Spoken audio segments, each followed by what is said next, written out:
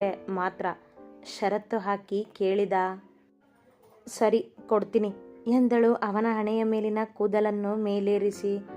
ಈಗಲ್ಲ, ನಾನು ಕೇಳಿದಾಗ ಎಂದ ಮತ್ತೆ ತನ್ನ ಷರತ್ತನ್ನು ನೆನಪಿಸುವಂತೆ. ಹಾಂ ಸರಿ ಎಂದ ಜಾನಕಿಯನ್ನು ತನ್ನ ತೋಳಲ್ಲಿ ಎಳೆದು ಮುದ್ದಿಸಿ ಮಲಗಿದ ಶ್ರೀರಾಮ. 4 ದಿನಗಳಿಂದ ಆ ಶಾಸ್ತ್ರ ಈ ಶಾಸ್ತ್ರ ಎಂದು ಜಾನಕಿ ಸುಸ್ತಾಗಿ ಬಿಟ್ಟಿದ್ದಳು. ಬೆಳಗ್ಗೆ ಬೇಗ ಏಳುವುದು, ಅಡುಗೆ ಮಾಡುವುದು, ಬಂದ ಅತಿಥಿಗಳನ್ನು ಬಂಧುಗಳನ್ನು ಉಪಚರಿಸುವುದು, ರಾತ್ರಿ ಕೋಣೆ ಸೇರುವಷ್ಟರಲ್ಲಿ ಪ್ರತಿದಿನಕ್ಕಿಂತ ತಡವೇ ಆಗುತ್ತಿತ್ತು. ಲಕ್ಷ್ಮಿಗೆ ಹೆಚ್ಚು ಕೆಲಸಗಳನ್ನು ಹೇಳದೆ ಎಲ್ಲ ಕೆಲಸಗಳನ್ನು ಅಚ್ಚುಕಟ್ಟಾಗಿ ಮಾಡಿ ಮುಗಿಸುತ್ತಿದ್ದಳು. ಅಜ್ಜಿ ಸುಭದ್ರ ಎಷ್ಟೇ ಹೇಳಿದರೂ ಕೊಂಚವೂ ವಿಶ್ರಾಂತಿ ತೆಗೆದುಕೊಳ್ಳದೆ ಆಳುಗಳ ಜೊತೆಯೇ ಕೆಲಸಕ್ಕೆ ನಿಲ್ಲುತ್ತಿದ್ದಳು. ಮದುವೆ ಊರಿನ ದೇವಸ್ಥಾನದಲ್ಲೇ ನಡೆಯುವುದೆಂದು ನಿರ್ಧರಿಸಲಾಗಿತ್ತು. ಒಬ್ಬನೇ ಮಗ ಎಂದು ಭೀಮಪ್ಪ ಇಡೀ ಊರನ್ನೇ ಸಿಂಗರಿಸಿ ಊರಿನ ಜನಕ್ಕೆಲ್ಲ ಆಮಂತ್ರಣವಿಟ್ಟಿದ್ದ.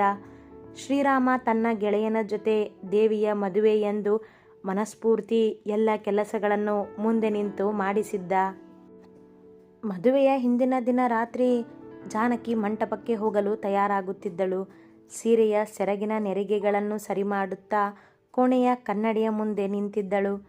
ಜಾನಕಿ, ಇನ್ನೂ ಎಷ್ಟೊತ್ತು, ಬಾ ಬೇಗ ಎನ್ನುತ್ತಾ ಬಾಗಿಲು ದೂಡಿ ಒಳ ಬಂದ ಶ್ರೀರಾಮ. ಆಯಿತು ಶ್ರೀ, ಬಂದೆ ಎಂದ ಜಾನಕಿ ತನ್ನ ಸೆರಗನ್ನು